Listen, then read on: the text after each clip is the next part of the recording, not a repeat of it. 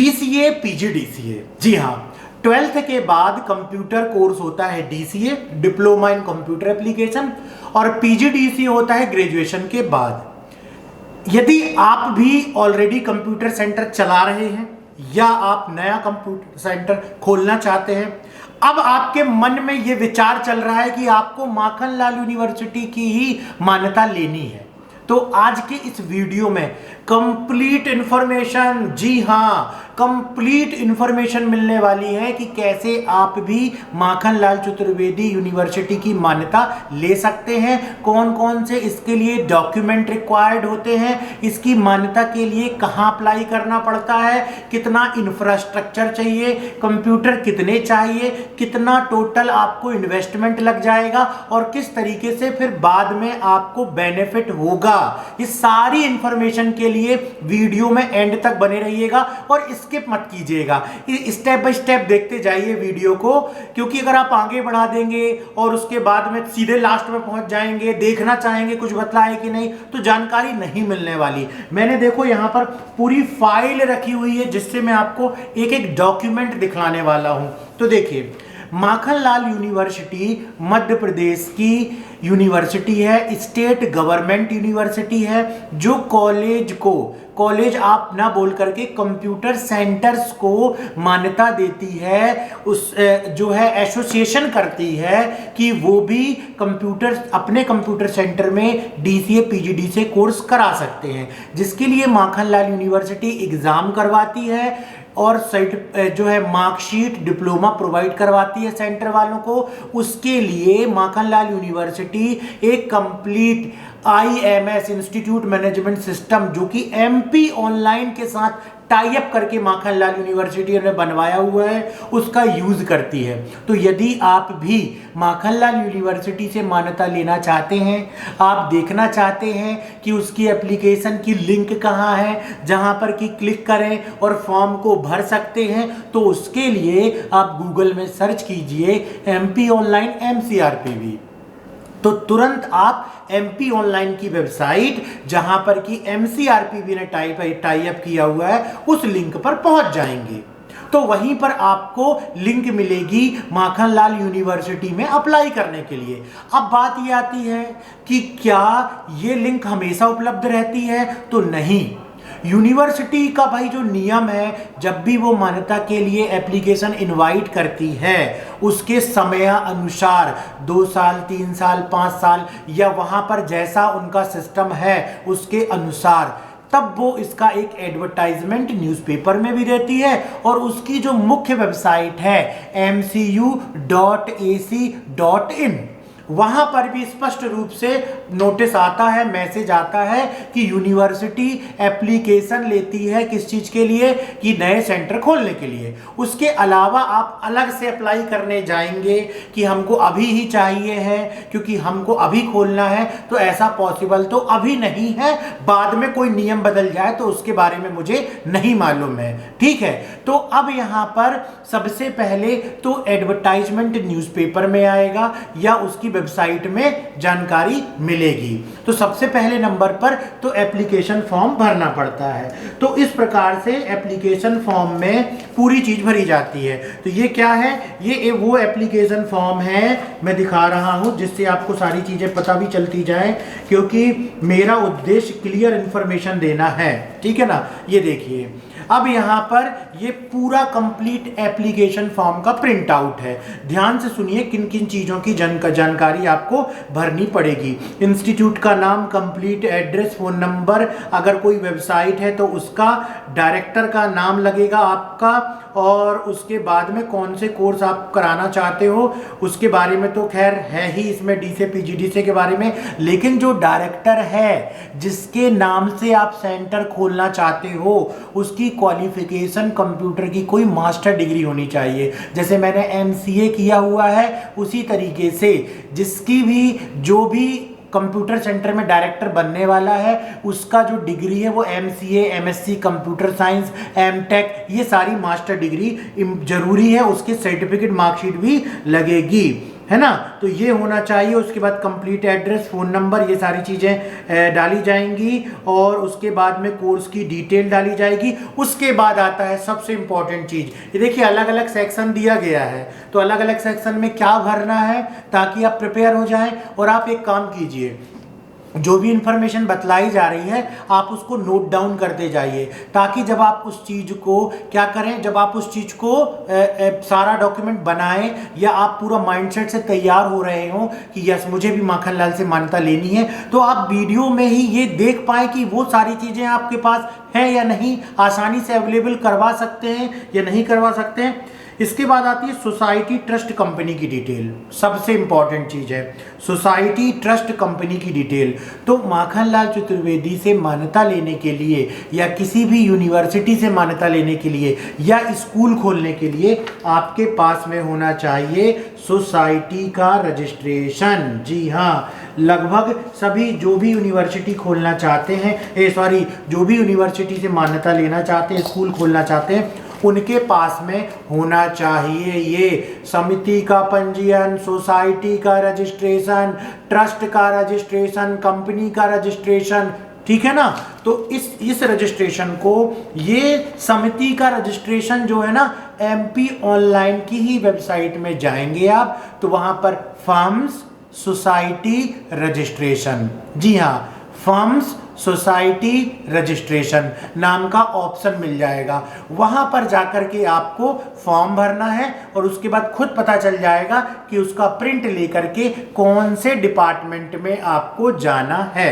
उसके बाद आपको इस तरीके का एक सर्टिफिकेट मिल जाएगा और यही सर्टिफिकेट इंपॉर्टेंट है जो आपको मान्यता में लगने वाला है, जो आपको मान्यता में लगने वाला है। और इस संस्था को रजिस्टर करने के लिए आपको कंप्लीट, सोसाइटी का मतलब क्या होता है, सोसाइटी का मतलब होता है कि सोसाइटी में 5 से 10 लोग होते हैं, एक सचिव होता है, एक कोषाध्यक्ष होता है, एक जो बाकी जो है और भी मेंबर्स होते हैं, सभी मेंबर्स के इसमें नाम दिए होते हैं और इस बेस पर ही एक सोसाइटी बनती है।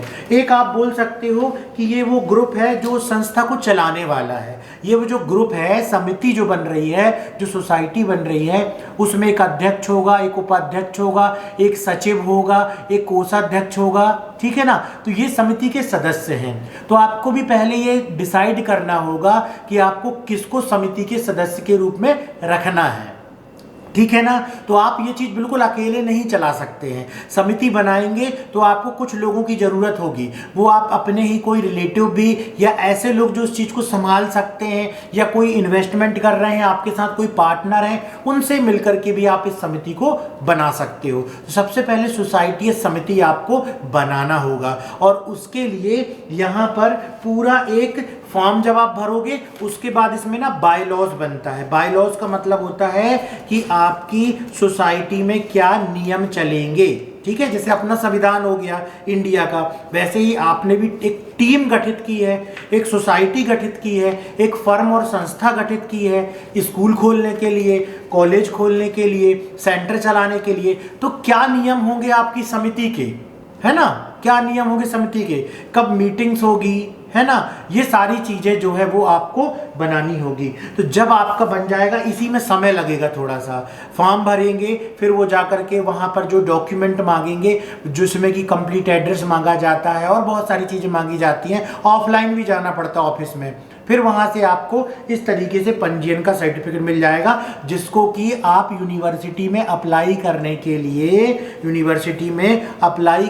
लिए इसमें भरने वाले हैं सारी चीज़ों को। ठीक है, उसके बाद आ जाइए, उसके बाद आपको लगेगा यूनिवर्सिटी की डिटेल तो पूरी लगेगी, उसकी सोसाइटी की डिटेल तो पूरी लगने ही वाली है। तो यहाँ तक आपको समझ में आ गया, नोट कर लिया। अब नेक्स्ट बढ़ते हैं, फैकल्टी की डिटेल, जो यूनिवर्सिटी में आप अप्लाई करने जा रहे हैं। ठीक है, यूनिवर्सिटी के लिए तो आप अपने सेंटर में जो फैकल्टी हैं, 3 से 4 5 जो फैकल्टी हैं, जो टीचर्स हैं, जो ट्रेनर्स हैं, उनकी डिटेल दीजिए।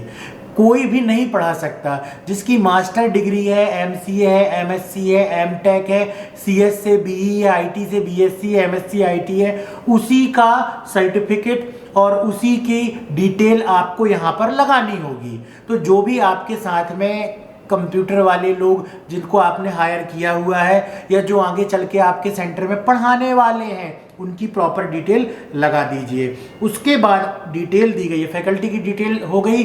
फैकल्टी की डिटेल के बाद है कारपोरेट एरिया डिटेल।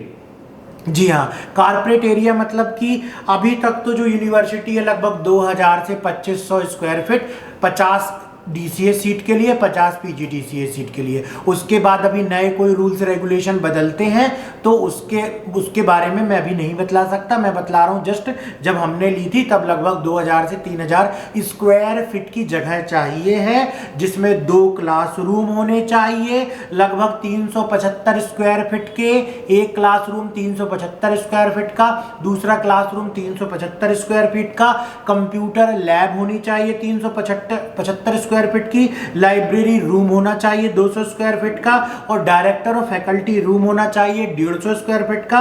रिसेप्शन भी होना चाहिए 150 स्क्वायर फीट का, और बाकी का बचा हुआ एरिया भी लगभग 200 स्क्वायर फीट का होना चाहिए। तो 2000 स्क्वायर फीट का पूरा इंस्टीट्यूट आपको बनाना पड़ेगा।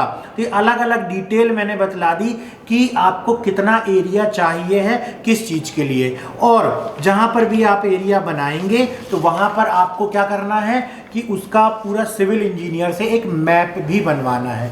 और जो ये फाइल रखी हुई है ना, वो इस पर जो जो चीज़ मैं बोल रहा हूँ फॉर्म भरते समय, उन सब का प्रूफ डिटेल में डॉक्यूमेंट वो एक फाइल बनानी पड़ती है सिंपल है ना। पहले हमारे पास जब ये सारी चीजें उपलब्ध हो जाएंगी तो हमको निश्चित ही मान्यता मिल जाएगी, जैसे ही माखनलाल से एप्लीकेशन आती है मान्यता लेने के लिए। अब आती है लाइब्रेरी की डिटेल। तो कौन सी मैगजीन आप अपनी संस्था में मंगाने वाले हो, कौन से जर्नल्स हैं, न्यूज़पेपर्स हैं, बुक्स हैं, इन सारी चीज़ों की डिटेल। और डिटेल के साथ साथ डिटेल तो भर दिए, लेकिन प्रूफ, सब्सक्रिप्शन का प्रूफ, बिल का प्रूफ, जो किताबें खरीद रहे हैं आप उसका प्रूफ, ये सारे प्रूफ आपको यहाँ पर लगाने पड़ेंगे। अगला कॉलम आता है computer and peripheral details. Computer and peripheral detail में लगभग 30 कंप्यूटर की detail, printer, scanner, wifi, digital board, projector, इन सब की डिटेल आपको इसमें स्पष्ट रूप से भरनी है। कंप्यूटर है तो कॉन्फ़िगरेशन क्या है, जनरेशन क्या है, रैम कितनी, हार्ड डिस्क कितनी, है ना, ये सारी चीज़ें, उसमें सॉफ्टवेयर कौन कौन से इंस्टॉल है। तो देख सकते हो आप पूरी डिटेल इस तरीके से एक टेबल के फॉर्म में आपको ये ऑनलाइन ही भरनी है। उसके पहले आप सारा चीज़ अपने पास रिटर्न में लिख लीजिएगा कि ये सारी चीज़ें आपको भरनी है। तो इस तरीके से सारी चीज़ें आपको भरनी है। तो कंप्यूटर की डिटेल के बाद में ये सारा चीज़ आपका फिल हो जाएगा। और लगभग फीस तो देखिए उस समय ही लगभग लगी हुई थी लगभग 1 लाख रुपए। और उसके बाद जो भी यूनिवर्सिटी चार्ज करती है उसके बारे में मैं बिल्कुल कंफर्म नहीं बतला सकता, क्योंकि मेरी संस्था है नहीं। वहाँ पर जो लोग चला रहे हैं वो डिसाइड करेंगे, तो वो आपको डायरेक्टली समझ में आ जाएगा। यहाँ पर क्या क्या लगा, कंपनी या जो ट्रस्ट है, जो सोसाइटी, उसका सर्टिफिकेट लगेगा, बायलॉज फॉर्म लगेगा, बिल्डिंग का मैप लगेगा सिविल इंजीनियर से अटेस्टेड करा करके। अगर आपने किराए से लिया हुआ है तो उसका जो है वो एग्रीमेंट होता है ना किराए का, 1 साल 2 साल का, वो लगेगा प्रॉपर। इलेक्ट्रिसिटी बिल लगेगा, और जो फैकल्टी है उसकी मार्कशीट लगेगी, जो डायरेक्टर है उसकी मार्कशीट लगने वाली है। और उसके बाद में जो है उसके बाद में computer, printer, projector, digital board, इन सब का बिल लगेगा, कहाँ से खरीदा है। किसी के भी कंप्यूटर लाके रख लेने से नहीं होगा, सबका बिल लगने वाला है, ठीक है ना। और जितनी भी मैगजीन, किताबें आती हैं सबका बिल लगेगा।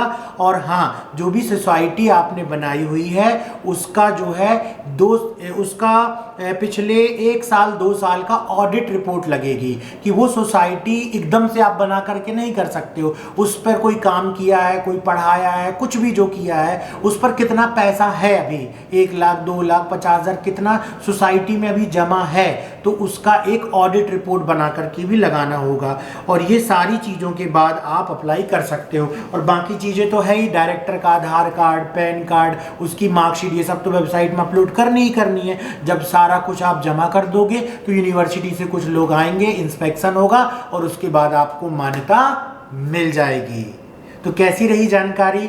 आई होप मैंने हर एक चीज को स्पष्ट रूप से पूरा क्लियर करने की कोशिश की हुई है। लेकिन देखिए, यदि आप ना अभी नया कंप्यूटर सेंटर खोल रहे हैं और आप अभी यूनिवर्सिटी की मान्यता नहीं चाहते हैं, आप चाहते हैं कि जस्ट कोई ऐसा मिल जाए जिसके साथ मिल करके हम इस बिजनेस में अभी बिना यूनिवर्सिटी में मान्यता लिए हम इस बिजनेस में आगे बढ़ सकें, कोई हमको ट्रेनिंग दे सके या किसी की हम फ्रेंचाइजी लेकर के और अपने स्टूडेंट्स को सर्टिफिकेट डिप्लोमा दे सकें, तो हमारी संस्था PDTCE Prayagdas Tomar computer education franchise offer करती है इंडिया में कंप्यूटर सेंटर खोलने के लिए या पहले से बने हुए कंप्यूटर सेंटर के लिए। तो यदि आप फ्रेंचाइजी लेना चाहते हैं तो वीडियो के डिस्क्रिप्शन में आइए, ठीक है ना, और वहाँ पर हमारी कंपनी का नंबर भी दिया हुआ है और इंक्वायरी फॉर्म भी दिया हुआ है, उसे फिल कीजिए और हमारी संस्था से संपर्क कीजिए। इसके अलावा अगर आपको वीडियो पसंद आए तो वीडियो को लाइक जरूर करें और हाँ, इस चैनल को सब्सक्राइब कर लें, क्योंकि अगर आप इस फील्ड में हैं ना, इस बिजनेस में हैं, तो बहुत सारी इन्फॉर्मेशन आपको हमेशा इस चैनल पर मिलने वाली है। और चलिए अब हम मिलते हैं अगले वीडियो में।